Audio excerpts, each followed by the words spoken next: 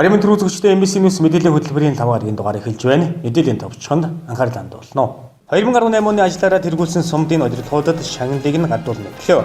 Улаангом сумын багийн иргэдийн нийтийн хурал энэ сарын 25-наас 2 дугаар сарын 1-ний хооронд зохион байгуулагдана. Нэмэгс өртгийн баримт толгож байгаа аж ахуйн нэгжүүдэд татварын хэлтсээс хяналт шалгалт хийлээ. 12 сар хүртэлх хугацаатай тэтгэврийн зээлийн хүүг 10% болгон буурууллаа. Энэ сарын 20-ны өдөр аймгийн онцгой комисс суралдлаа. Сургууль болон соёлын байгууллагын удирдах ажилтны сургалт зохион байгуулагдлаа. Нэвкэс электрониксийн цагаан сарын хямдралтаа, суглаатаа, бэлэгт явдалдаа үргэлжилж байна. Эдгээр болон бусад мэдээллийн дэлгэрэнгээд анхаарал хандуулно. Мэдээ хэлж байна. Аймгийн засаг даргын тамийн газар иргэдийн төлөөлөгчдийн хурлаас сумдын удирдах ажилтнуудын сургалт зохион байгууллаа. Мөн 2018 онд сумдын хийж хэрэгжүүлсэн ажил үйлчилгээний хэрэгжилтийн тайланг хэлэлцлээ. Сургалт тайлангийн төгсгөлд хийсэн ажлаараа бусдыгаа хошуучилсан шилдэг 5 сумдыг шалгаруулж хөндөд өргөмжлөл мөнгөн шагналаар шагналаа. Нэгдсэн сургалт тайлангийн төгсгөлд 2018 онд ажил үйлчлэгээгээрээ тэргүүлсэн сумдыг шалгаруулсан бөгөөд засгийн газрын болон аймаг сумын засаг даргын үйл ажиллагааны хөтөлбөрийг хэрэгжүүлэн төрийн албаны стандарт төрийн байгууллагуудын үйл ажиллагааны уялдааг хангаж аймгийн хөгжилд бодиттой хувь нэмэр оруулан мандаж ажилласан сумдыг шалгаруулан шагналаа. 1-р байранд Завхан сум, 2-р байранд Баруун Дөрөн сум, 3-р байранд Давс сум, тусгай байранд Өндранга ховд сумд тус шалгарч аймгийн удирдлагуудаас шагналаагаар намлаа. Завхан сум нь 2018 онд эдийн засаг нийгмийг хөгжүүлэх үндсэн чиглэлийн хүрээнд орон нутгийн хөгжлийн сангийн 14.7 сая төгрөгийн санхүүжилтээр сумын төвийг камержуулах ажлыг Сонор мэлмиг компани гүйцэтгэж гэмт хэрэг зөрчлөөс урдчлан сэргийлэх, сурагчдын болон иргэдийн эрүүл аюулгүй орчинд сурч хүмүүжих, амьдрах нөхцөлийг ханган ажилласан байна. Мөн орон нутгийн хөгжүүлэх сангийн 49.5 сая төгрөгийн санхүүжилтээр сумын ёслол хүндэтгэлийн өргөөг Чин ариун эрдэнэ компани гүйцэтгэлийг ханган ажиллаж гадна дотны зочдыг хүлээн авах, иргэдэд хүндэтгэл үзүүлэх боломж бүрдүүлжээ. Аялал жуулчлалыг дэмжих жилийн хүрээнд Тэмээний баяр 2018 үйл ажиллагааг аймгийн засаг даргын тамийн газар сайхан албан компанитай хамтран 2018 оны 2 дугаар сарын 26-ны өдөр Тэмээний өв соёл тулгуурлан өргөн зар үрээтэй зохион байгуулсан байна.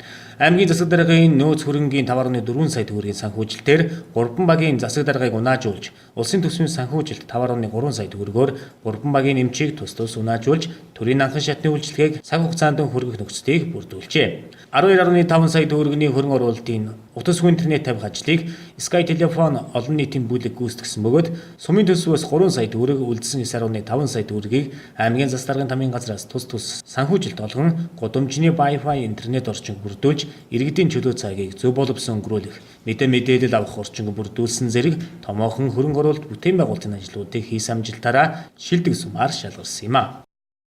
Манай завханчууд тэгээд одоо манай төрийн албанд ажиллаж байгаа хүмүүсийн хөдөлмөрийн үнэлэмж гэж бодож байна. Баярлж байна. Завхан сум энэ жил бас үнэтэй сайхан өвөл болж байгаа. Өнгөрсөн жил бол 5 төрөл дээр мал нь өссөн. Тэмээн одоо төмөрч байгаа. Төмөнийхөө хэрэг инжилгээ. Тэгээд манай төрийн албанд ажиллаж байгаа хүмүүсийн хичээл зүтгэл завханы ард түмний хөдөлмөрийн үнэлэмжээ гэж би бүгдээ бас баяртай байна. Ерөнхийдөө манай сумын гол үйл ажиллагаа бол үндсэндээ иргэдэд чиглэсэн иргэдийн олон нийтийн ажил, ялангуяа одоо өөрийнхөө үндэсний брэнд бүтээгдэхүүн тэмээн сүргээрээ тийм ээ өнгөрсөн жил тэмээний бястал наадам хийсэн. Тэгээд аймаг орон нутгатаа бас сум сурталчлах өдрийг тэмээнжин тээх ажил. За тэгээд одоо төрийн үйлчлэгийг иргэдэд өргөхтэй иргэдийнхээ бас сэтгэл ханамжийг хангасан. За тэгээд засгийн газрын хөтөлбөр, аймгийн засаг даргын хөтөлбөрийн хэрэгжилтийг одоо бас сайн биелүүлсэн гэж одоо энэ ажлын үнэлэмж гэж ингэж ойлгож байгаа. Хөрөнгө оруулалтын ажил гэх юм бол манад одоо юуны ёс дүнтгэлийн өргөө, за сургуулийн одоо тоног төхөөрөмж, за гудамж талбайн камержуулалт, за тэгээд ойжуулалт энэ төр гэсэн ажлууд бол хийгдсэн байна. Баруун Дөрөн сумын 2018 оны эдийн засаг нийгмийг хөгжүүлэх үндсэн чиглэлийн биелэлт 81.6%-тай дүгнэгдсэн бол аймгийн засаг даргатай байгуулсан гэрээний биелэлт 91.5%, 2016-аас 2020 онд дэвшүүлсэн сумын засаг даргын үйл ажиллагааны хөтөлбөрийн биелэлт 70.1%-тай биелсэн байна. Тус суманд хийгдсэн хөрөнгө оруулалт бүтээн байгуулалтын ажлуудаас дурдвал улсын төсвийн хөрөнгө оруулалт 2.8 тэрбум төгрөг, орон нутгийн хөгжлийн сангийн 110.7 сая төгрөг, орон нутгийн давсан орлого 20 сая төгрөгөөр бүтээн байгуулалтын ажлуудыг хийсэн байна.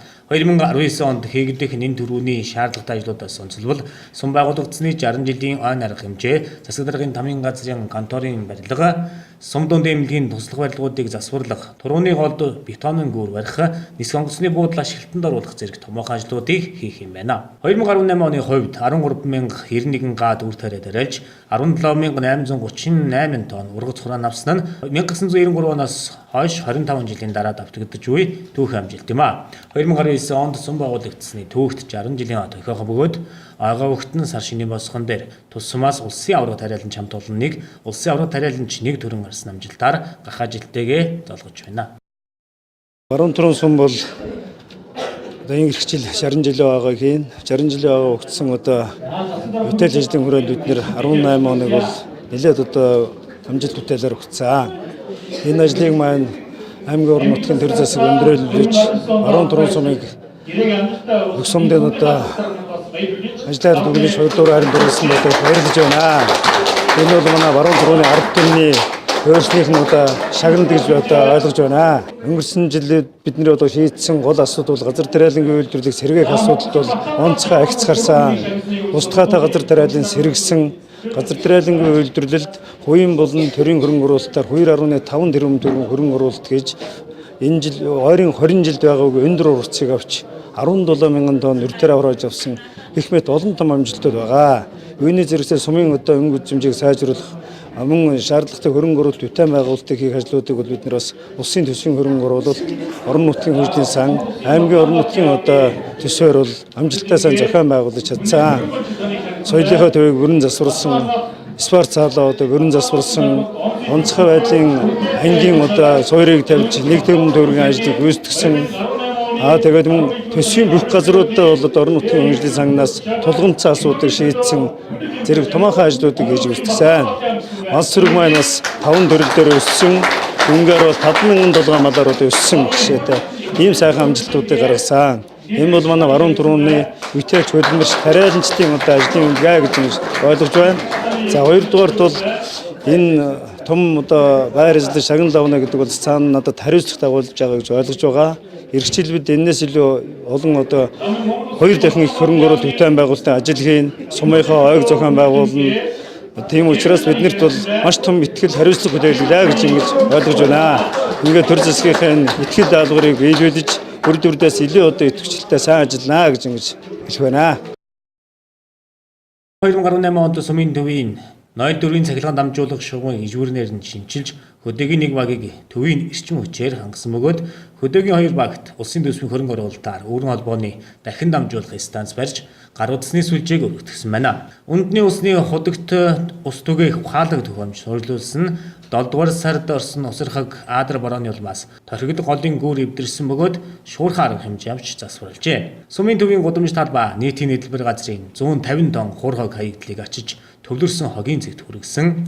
Хэлийн зэргийн 3 застав, хэлийн спираль тор 12.2 км, төмөр саадын байгууламж 1100 м, хянах самбар 1, нүхэн саад 31 км, морь хянах зурбас 30 км газар татсан байна. Ингэснээр хил дамнсан малын хулгай 88.2%-аар буурсан үр дүнтэй ажиллавалжээ. Хил дамнсан болон дотоодын малын хулгайгаас урьдчилан сэргийлэх зорилгоор сумын ядуун сүргийг даа цагаан усан тамгаар тамгажуулсан нь энэ нь баруун бүсийн аймагуудад тэргүүний туршлага болж чаджээ. Орон нутгийн MBC телевизэд гэрээ байгуулж 9 нэвтрүүлэг, цаг үеийн 12 мэдээ, Сама телевизтэй хамтран цаг үеийн 4 мэдээ явуулсан байна. Сүүлд Талын Монгол телевизээр их түүхийн жимээр нэвтрүүлэг хийсэн зэрэг ажлуудыг төр албан хаагчид ард олонны дэмжлэгтэйгээр хийж хэрэгжүүлжээ. Тухайн онд хийж хэрэгжүүлсэн ажлаа аймгийн засаг даргын зөвлөлд тайлбарладаг байгаа. За энэ жил манай сум орон нутгад маань 2018 онд шинэлэг ажлуудыг зохион байгуулж бас хийсэн байгаа. Улс аймагтаа бас анхдагч ажлуудыг одоо санаачлан зохион байгуулж хийсэн байгаа. Товчхон дурдууд бол одоо ухаалаг, худаг, одоо гэх мэтийн болон цагаан үсгэн дамгах гэх мэтийн ажлуудыг бас зохион байгуулж бас хийсэн байгаа. Тэгээд нийт одоо 19 сумуудын байр эзэл дээр манай сум байна 3-д орсон байгаа. Тэгээд энэ одоо ажил хөдөлмөрийн цаана минь төсвийн байгууллагын ажилчид, иргэд хөдөлмөрчдийн хамтын амжилт юм гэдгийг бас хэлхэн зүйтэй байхаа.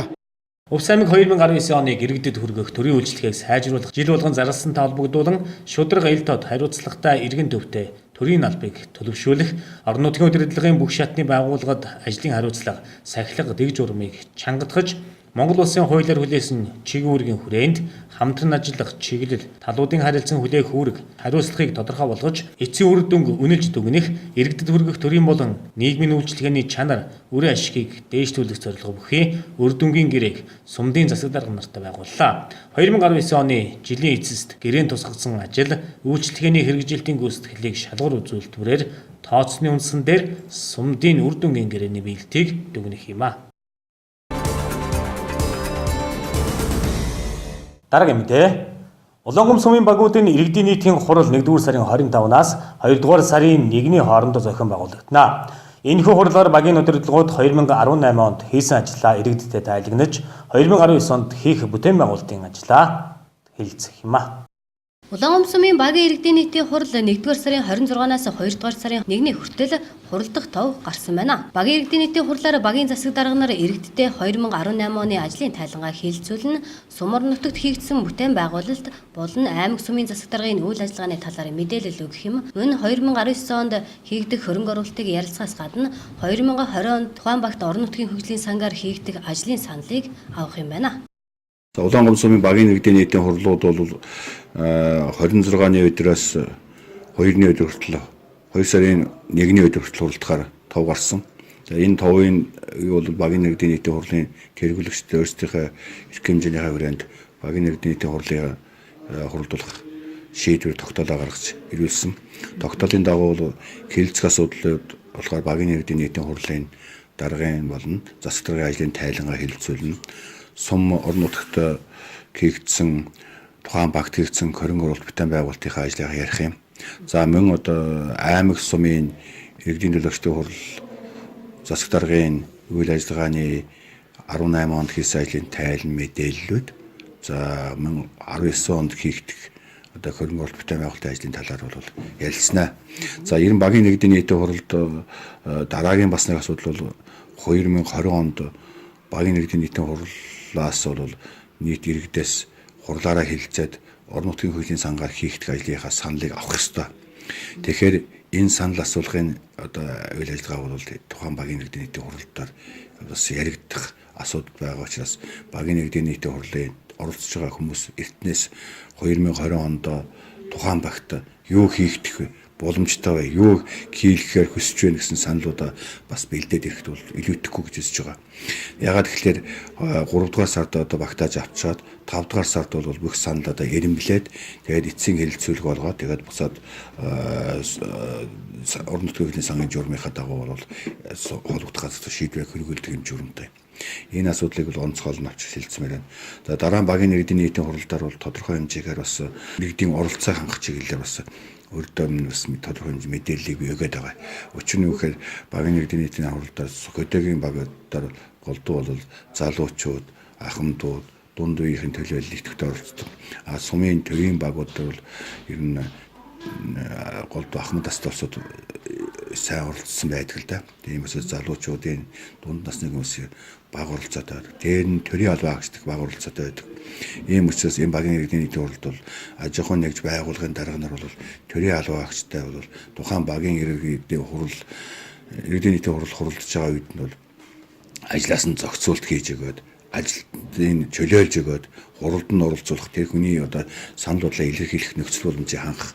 Хоёрдугаарт нь бол төрийн албан хаагчдын юм уу төрийн үйлчлэгээ үзүүлж байгаа байгууллага төрийн одоо байгууллагуудын дарга эрхлэгчдэр бол өөрсдөө багийн иргэдийн нийтийн хуралдаа оролцоод өөрийн байгууллагатай холбоотой асуултууд гарвал хариулахд бэлэн ийм байх ёстой гэдгийг бас одоосоо би хэлээд байгаа.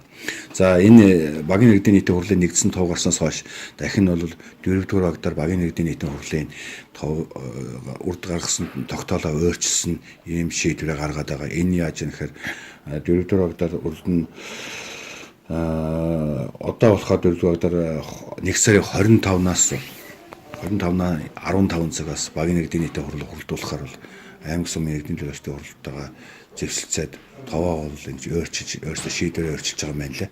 Тиймээс 4-р багийн иргэдийн нийтийн хурал бол энэ өдөр бол 25-ны өдөр хүрэлтэх нэ гэдгийг одоо бас албасаар энэ ташинт хэлье. Улаангомс сумын 4-р багийн иргэдийн нийтийн хурал 1-р сарын 29-нд болох байсан боловч багийн иргэдийн нийтийн хурлын тэргүүлэгчдийн шийдвэрээр 1-р сарын 25-ны 15 цагт шинэ багийн төвд хуралдахаар болсон байна. 4-р багийн иргэдийн нийтийн хурлаар ахмадын зөвлөлийг сонгох болон 2019 онд хийгдэх бүтээн байгуулалтын ажлыг танилцуулж иргэдийн санал хүсэлтийг сонсох юм байна.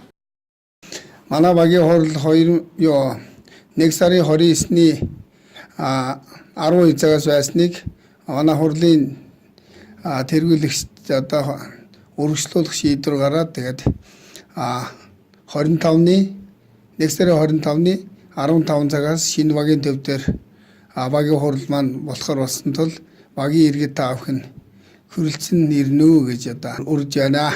За манай багийн хурлаар багийн дотоод зохион байгуулалт хийн багийн ахмадын зөвлөл гэж хүнийг 3 хүний бүрэлдэхүүнтэй сонгох ёстой. Тэгээд амын цаашлаад 19 онд Багдаар хийгдэх ажил тэр бүгдийг одоо хэлэлцэн мөн тэгээд улсын төсөв аймгийн төсвөр хийгдэх аяллуудыг бас танилцуулж ард иргэдээр бас хэлэлцүүлээд 19 онд нэмж хийх бас тийм ажил төрлийн санал асуулга авнаа. Тэгээд дээр нь манай 19 онд одоо энэ аймгийн төсвөр манай багийн бүх нарийн гудамжуудыг одоо цэгцэлж гэрэлтэй болгож байгаа.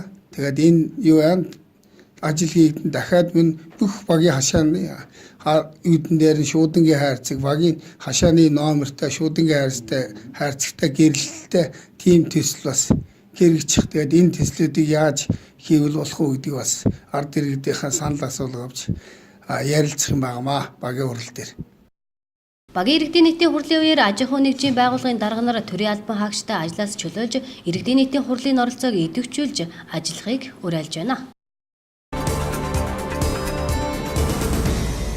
Дараагийн мэдээ аймгийн татврын хилцээс нэмэгдсэн өртгийн албан татврын урамшуулал суглааны ажлыг эрчимжүүлэх хүрээнд 10 жилийн хэсэг зохион байгуулагдсан 60 цаг дээр нэмэгдсэн өртгийн албан татврын баримт тулах ажилд хяналт тавьж ажиллаж байна.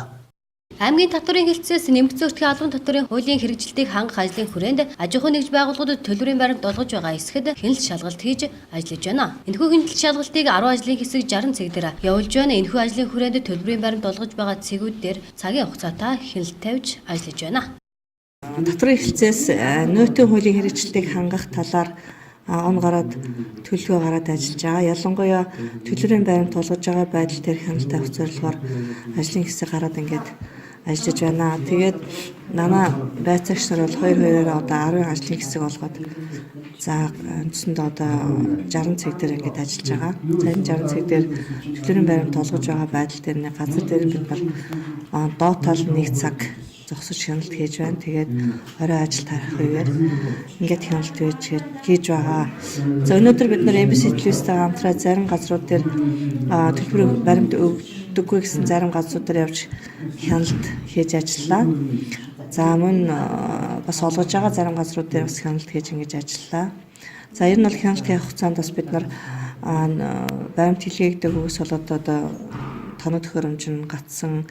За мөн лицензийн хугацаа дууссан байсан учраас лицензийн хугацаа сонгуулах гэх мэт ийм бас ажлуудыг хийгээд тоног төхөөрөмжийг ажилуулах, хэм байдалд оруулах ийм удаа ажлуудыг бас зохион байгуулад явж байна. За одоогийн байдлаар бид нар нэг 60-аад ажлын цэцэг хийх болгон гарснаас хойш ямар ч байсан бүх 60 цаг дээр бид нэр хөрч уулзаж хяналт тавьж ингэж ажиллаж байгаа. За энэ хяналтыг бол бид нар одоо тодорхой давтамжтайгаар гинтийн байдлаар ингэж одоо өргөжлөлөө хийгээд яваад байна.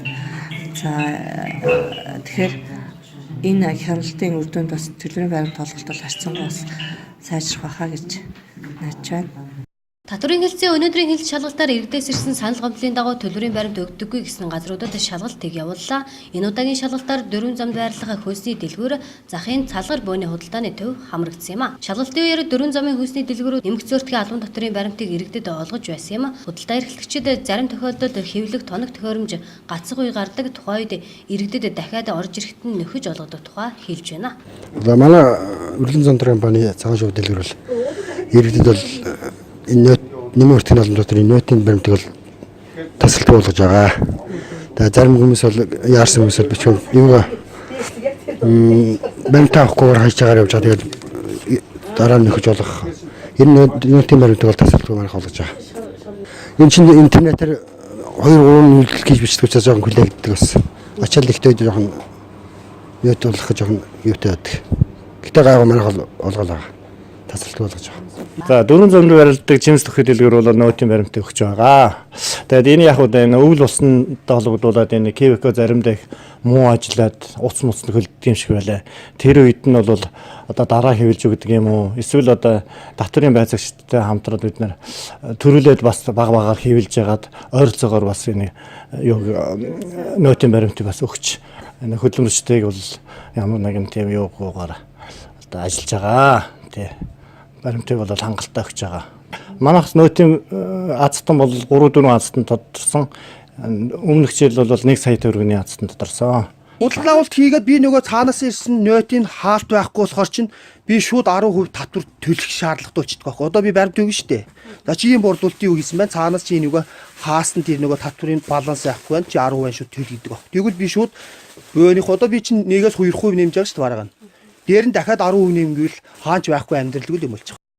Татврын хэлтээс хяналт шалгалтынхаа үеэр тоног төхөөрөмжийн гацсан лицензийн хугацаа дууссан аж ахуй нэгжүүдийн лицензийн хугацааг сунгах тоног төхөөрөмжийн хэвийн байдлыг хангах ажлыг хийж гүйцэтгэж байна.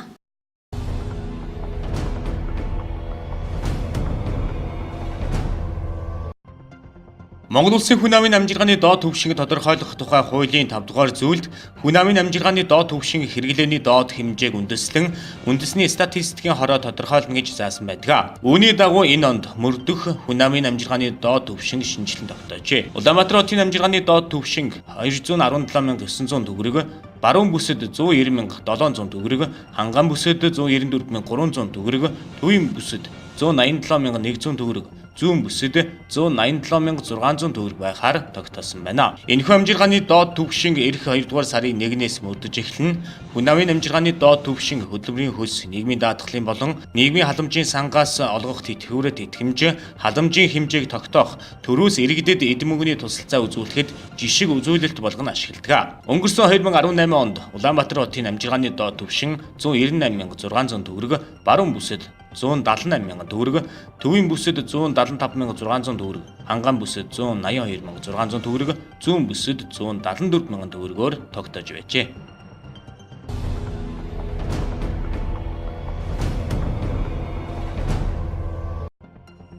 Улсын хэмжээнд он гарсаар 1-р сарын 22-ны өдрийн байдлаар нийт 402 удаагийн объектын галт төмөр гарч 1.2 тэрбум төгрөгийн хохирол учирсан байна. Түүнчлэн 8 хүн нас барж, 3 хүн түлэгдэж гэмтэн 204 гэр орон сууц шатжээ. Дээрх галт төмрийн аюулаас онцгой байдлын байгууллага албахаагчид 103 хүний амнаас төр аж ахуйн нэгж байгууллагын 6.9 тэрбум төгрөгийн өмч хөрөнгийг авран хамгааллаа. Объектэд гарсан галт төмрийг өнгөрсөн оны мөн үетэй харьцуулахад галт төмрийн тоо 10.1% өсөж, учирсан хохирлын хэмжээ 81.25%-аар буурсан байна. Нийслэл хотод нийт 254 удаагийн галт төмөр гарч, тэг 146 тэрбум төгрөгийн хохирол, орон нутагт 148 удаагийн галт төмөр гарч, тэг 178 тэрбум төгрөгийн хохирол тус учирчээ. Энэ хугацаанд 1884 байгууллага аж ахуйн нэгж 17771 найл өрхөд галт төмрийн хяналт шалгалт хийж, галт төмрийн хэрэг зөрчилд хүргэж болзошгүй 7854 зөрчил дутагдал илрүүлэн 3698 зөрчлийг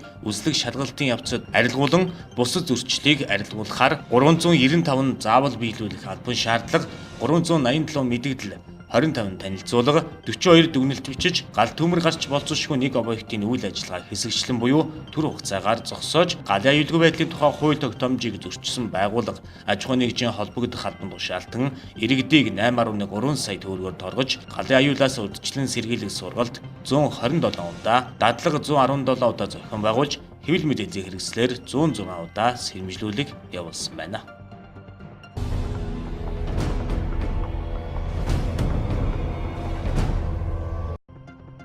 2018 оны нэмэгдсэн өөртгийн албан татврын буцаан олголтыг хизээ олгох талаар сангийн яамнаас тодруулахад нэмэгдсэн өөртгийн албан татврын 2% буцаан олголтын мөнгийг эх 7 хоногийн эхээр иргэдийн данс нь шилжүүлж эхэлнэ гэж мэдгдлээ. Тодорхойлбол сангийн яамны хэвлэлийн төлөөлөгч Дулмсран хэлэхдээ татврын ерөнхий газраас энэ 7 хоногт багтаа нэмэгдсэн өөртгийн албан татврын буцаан олголт авах иргэдийн мэдээллийг нэгтэлж шалгаж үзээд бүх тооцооллоо цэгцэлж сангийн яамд ирүүлнэ. Үүний дараа буюу эх 7 хоногийн эхнээс нэмэгдсэн өөртгийн албан татврын буцаан олголтын мөнгийг иргэдийн данс руу шилжүүлэхээр ажиллаж байна гэлээ. Нэмэгдсэн өөртгийн албан татврын буцаан олголтын мөнгийг банкуудын ачааллаас хамаарна 2-оос 3 хоногт багтаана иргэдийн данс руу шилжүүлж дуусгавлээ. Энэ жил нийт 808 мянган иргэнд 121 орчим тэрбум төгрөгийн буцаан олголтыг олгох юм а. Энэ нь өнгөрсөн оноос 20 гаруй хувиар өссөн зүйлт юм. Нэмэгдсэн өөртгийн албан татврын буцаан олголт авах иргэдийн мэдээлэл болон бусад холбогдох судалгааг энэ 7 хоногт багтаан судалж нэгтэлж дуусгах эсхийг татврын ерөнхий газрын татвар төлөгчтэй харилцах газрын татврын улсын байцаагч Ундрмаагаас тодруулахад нэмэгдсэн өөртгийн албан татврын баримтыг бүртгүүлэх сүүлийн хугацаа өнгөрснөөс хойш татврын ерөнхий газар мэдээлэл судалгаагаа нэгтгээд 1-р сарын 25-ны дотор сангийн яамд хүргүүлдэг.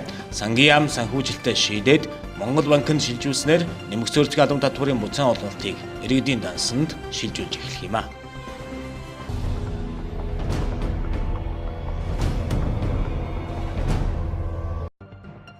Ерөнхий боловсролын сургуулийн сурагчдыг 2018 оны 12 дугаар сарын 15-наас 2019 оны 2 дугаар сарын 11-ыг хүртэл хугацаагаар амрааж байгаа. Энийн өвчлөлийг бууруулах ханиадны дэгдэлтээс сэргийлж буй арга хэмжээ юм. Үүнтэй уялдаад боловсрол соёл шинжилгээ ухааны спортын яам, багшийн мэргэжил дэвшлүүлэх институт, Монгол Улсын боловсролын их сургууль, боловсролын хүрээлэн хамтран сурагчдын амралтад зориулсан цахим хичээл зааж эхэллээ. Цахим хичээлээр 1-ээс 12 дугаар ангийн сурагчдад монгол хэл, математикийн хичээлийг 7 хоногт 2 удаа заах юм. Иймд сурагчид төдийгүй эцэг эхчүүд та бүхэн доор хаягаар орж цахим хичээлээ хийгээрэй. Долгион цахим хуудас болон долгион фэйсбүүк хуудас руу нэвтэрч хичээл үзэх боломжтой юм а.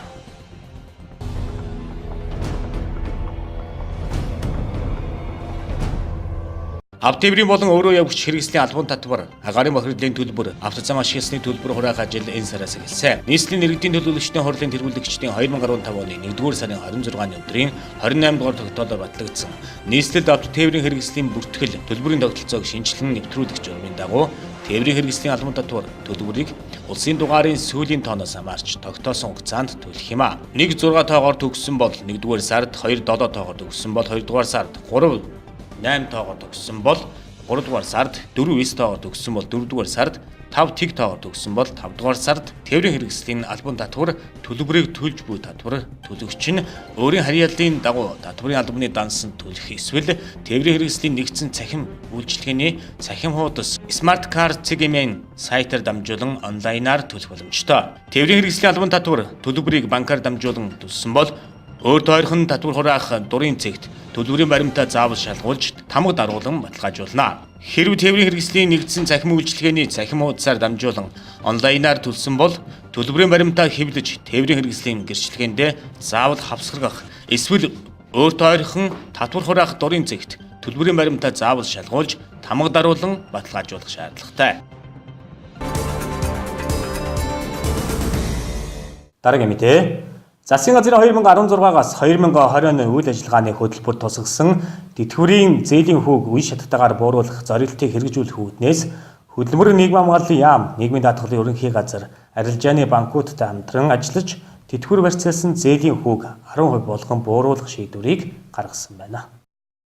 Засгийн газрын 2016-аас 2020 оны үйл ажиллагааны хөтөлбөрт тусгасан тэтгэврийн зээлийг хүүг үе шаттайгаар бууруулах зорилтыг хэрэгжүүлэх ажлын хүрээнд ахмадуудын тэтгэврийн зээлийн дарамтыг бууруулах арилжааны банкудтай хамтран ажиллаж жилбэр тодорхой хувиар тэтгэврийн зээлийн хүүг бууруулдаг. 2017 онд 18% хүүтэй байсан тэтгэвэр барьцаалт зээлийн хүүг 15, 2018 онд 12 болгон бууруулсан бол энэ оны 1-р сараас төрийн болон хаан банктай хамтран тэтгэврийн зээлийн хүүг 10% болгон буурууллаа. Тэтгэвэр авчдыг зээлийн хүүгийн дарамтаас хөнгөлөн тэтгэврийн зээлийг бага хүүтэйгээр авах боломжийг бүрдүүлж байгаа юм. Ингэснээр энэ онд тэтгэвэр авагчдад 4 орчим тэрбум төгрөгийн хүүгийн дарамтаас чөлөөлөгдөх үрдэлсэн тооцоо гарсан байна.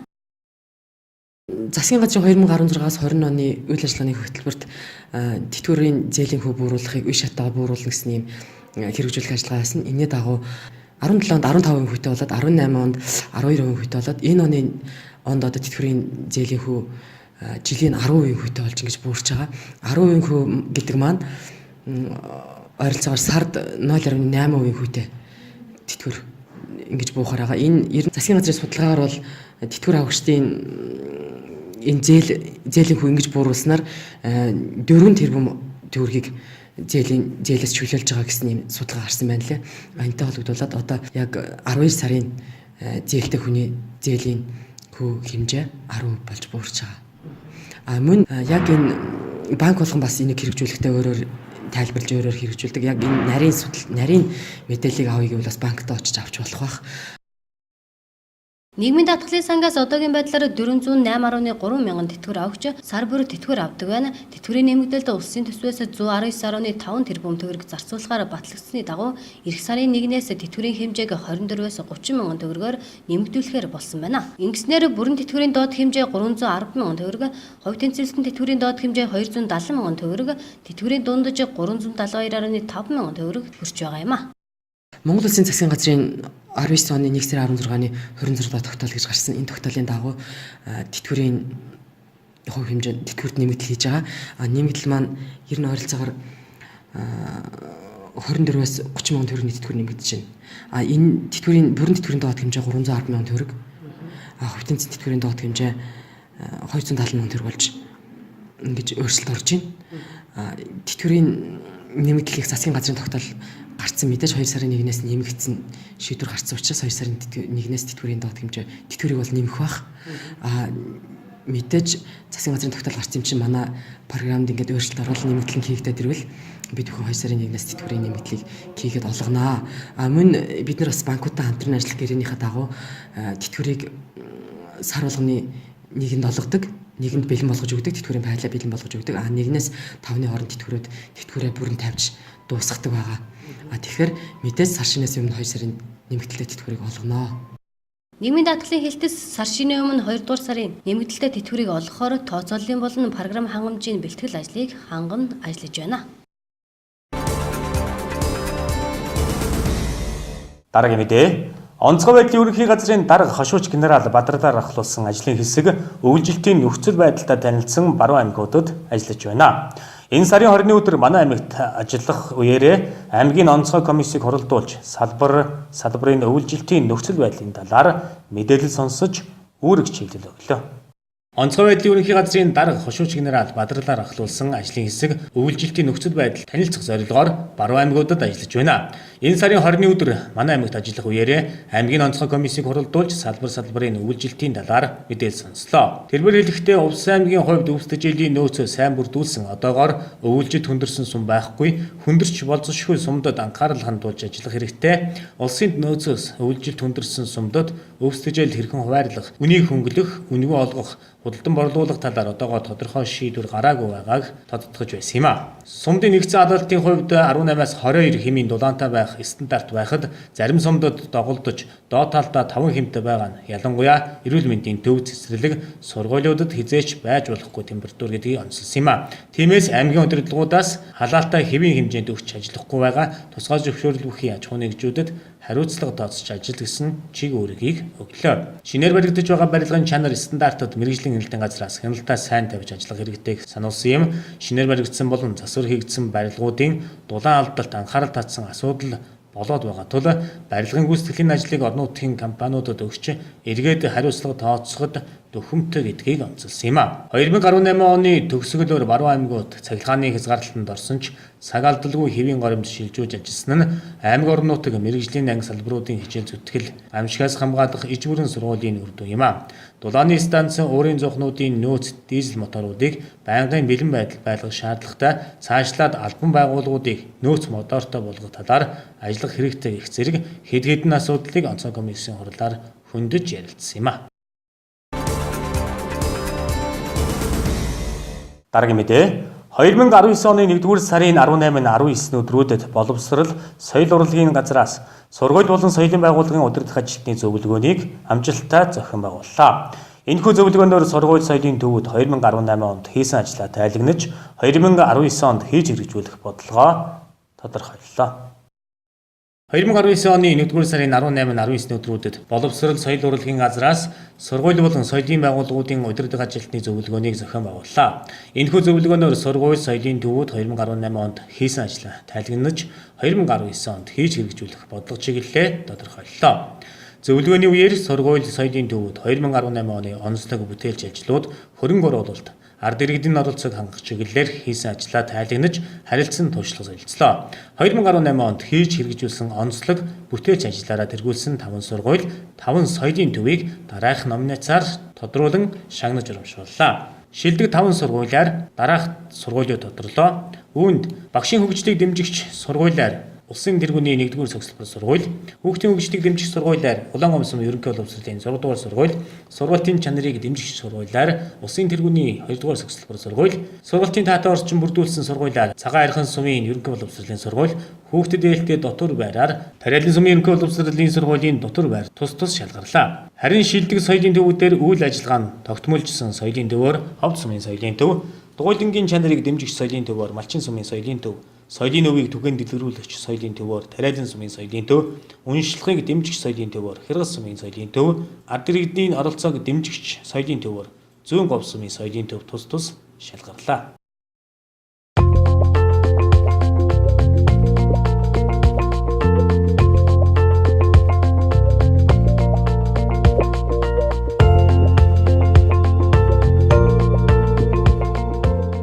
MBC NEWS мэдээллийн хөтөлбөр бизнес мэдээгээр үргэлжилж байна.